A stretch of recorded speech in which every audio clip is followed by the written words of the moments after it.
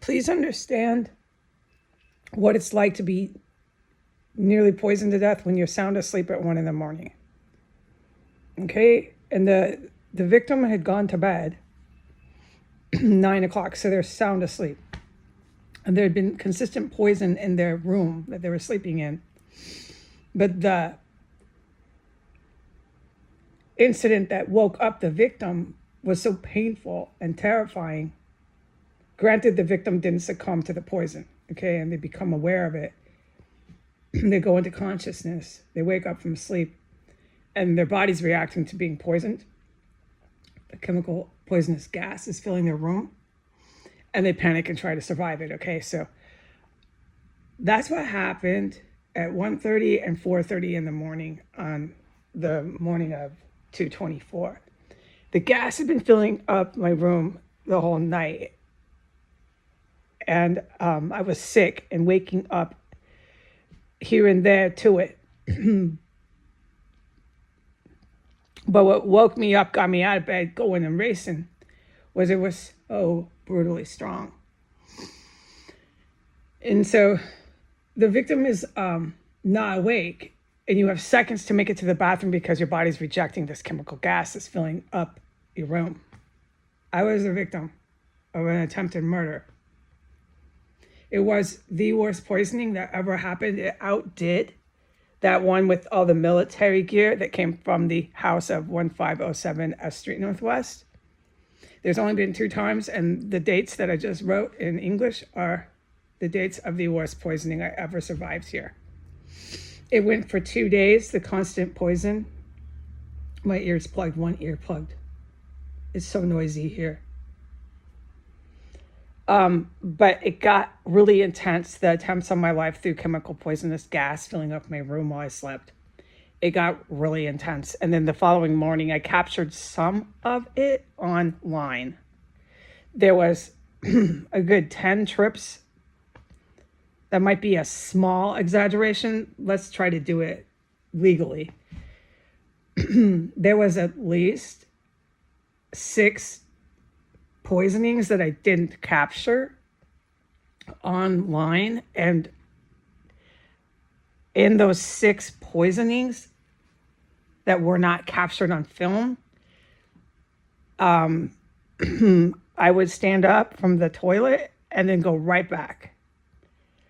Within a second, they kept blasting the bathroom so that one poison would turn into 3 and to 4 different poisonings, just blasting and blasting. It was something I've never witnessed here.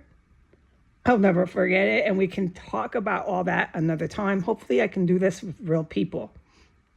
So you're poisoning a victim. They're running for their lives to try to survive the poisonous gas out of the room that it's filling up in, out of consciousness into consciousness.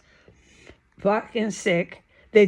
Racing. When I was racing at 1:30, I was half asleep. I had been sleeping since 9, completely in REM. Then they did it at 4:30, and that's when it got out of control, and it didn't stop till about 7 or 8 in the morning. That's what I mean by it was at least 7 or 6 more poisonings that I didn't capture on the videotape. And it was the most intense I've ever survived here.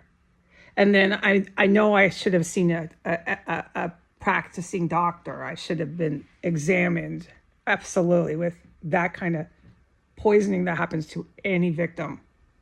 But I was denied that, and I was trapped back in my room and left there to die again on the 24th of February.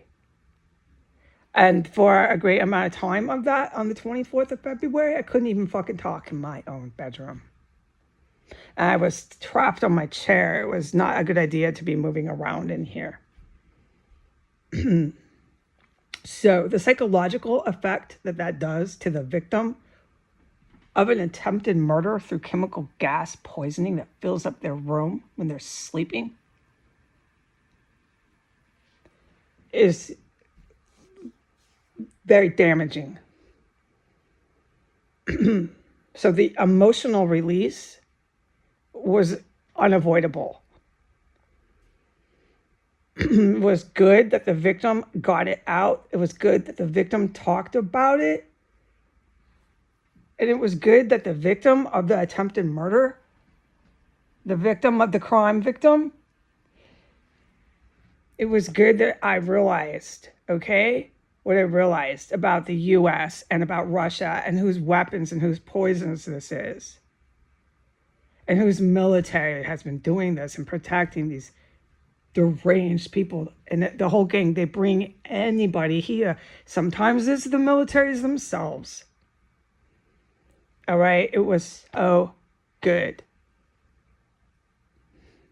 Now, I don't need to disavow everybody, but I did. I had to. I had to face it. Okay? No military allows that to happen in their capital city. So I had to. And there's no way that the US and Russian military or government officials can be part of our government that is implemented, the good individuals of our new government. I've got to plug my ear. It's more heinous, painful noise. There's no way.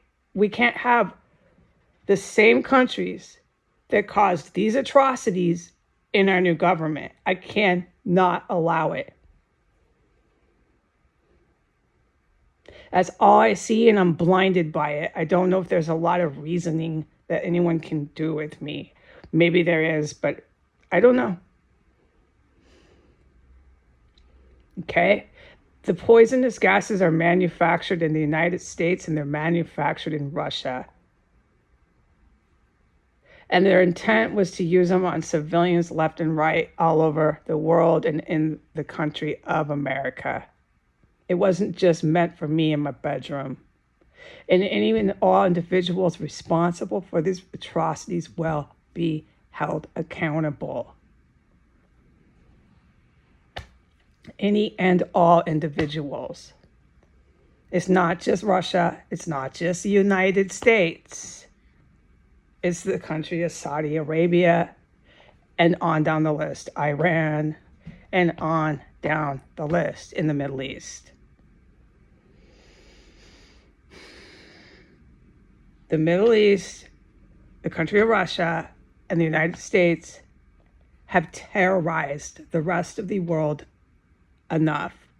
So what I said about Russian people and American people had to be said. It had to be said. All I've done today is pray for Lavrov and pray for the good military. That's all I can do.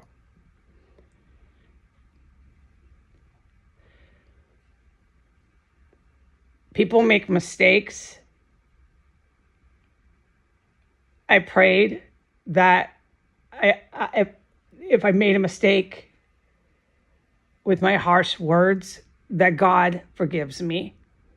And then I can only pray for Lavrov and pray for the good military and the people that I went after in my words that I spoke. I can only pray for them too. Because even though I was a victim, a crime victim,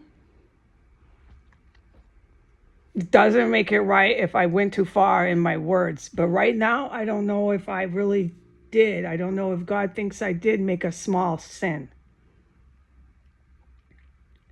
I don't know. I can't see the forest through the trees, and God says you're fine the way you are right now. You were loaded up with so much fucking chemical weapons, it could have killed an elephant. That is what Jesus says, verbatim. It could have killed an elephant.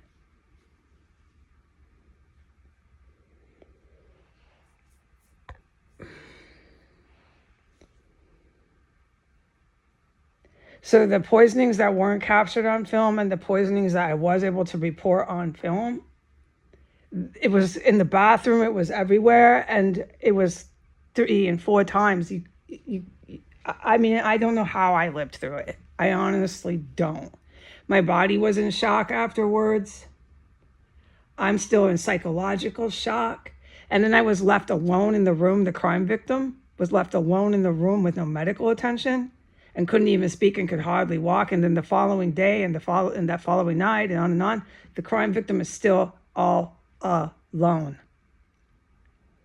And the crime victim is still being stalked and mocked for the very atrocities that she survived. You can see it on the Facebook by the very perpetrators of these chemical weapons gases and of the individuals who will be held accountable.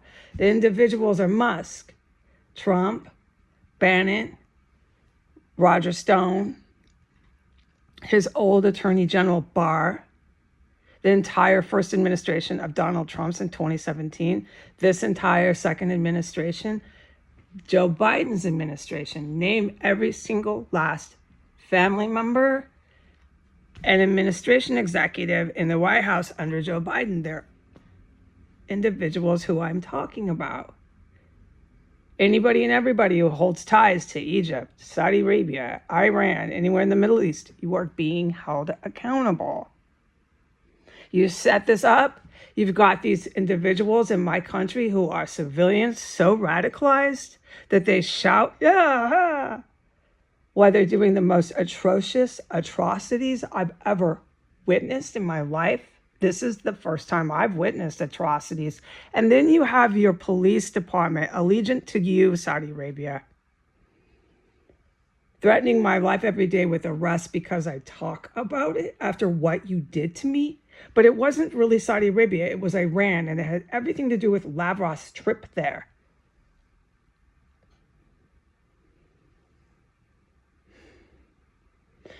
Whoever is responsible for yesterday will be held accountable. And all individuals who are responsible for the chemical weapons and all the war crimes I've witnessed here, and what you did with COVID, and then blaming a foreign country for making it when it's actually manufactured in Iran, and all the military knows that. And then how you've demoralized the military. They can't even do anything. They can't rescue me.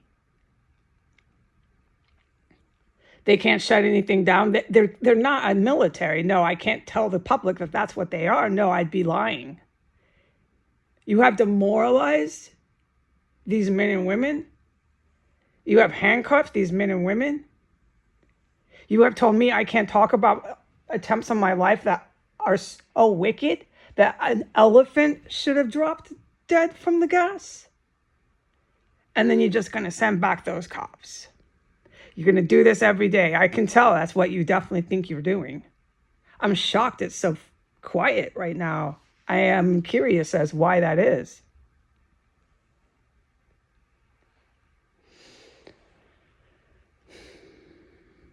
The dates I wrote were the most record-setting for poison that ever happened here. And those poisons are manufactured in the country of Russia and the United States. These are chemical weapons, gases from US and Russia, and they've been used on me for 3 years. So I just ask anyone to have some, I don't know word, but just have it in your heart to remember why I came to the realization I came to, why I'm so strong on who runs the government here. This is not a land grab. And all I'm doing today is praying for Lavrov, praying for the good guys. And all I knew when I woke up is, oh my God, are they okay? So I'm going to close with that. And I'm going to pray, because I don't want to sin. I don't want to sin. I want to be free from sin. And I'm going to pray that if I need to ask God for forgiveness, please forgive me if I messed up and I don't know it because I can't see the forest through the trees. I've been loaded up with too much fucking chemical weapons gas to do that right now. All right. Have a good day. Goodbye.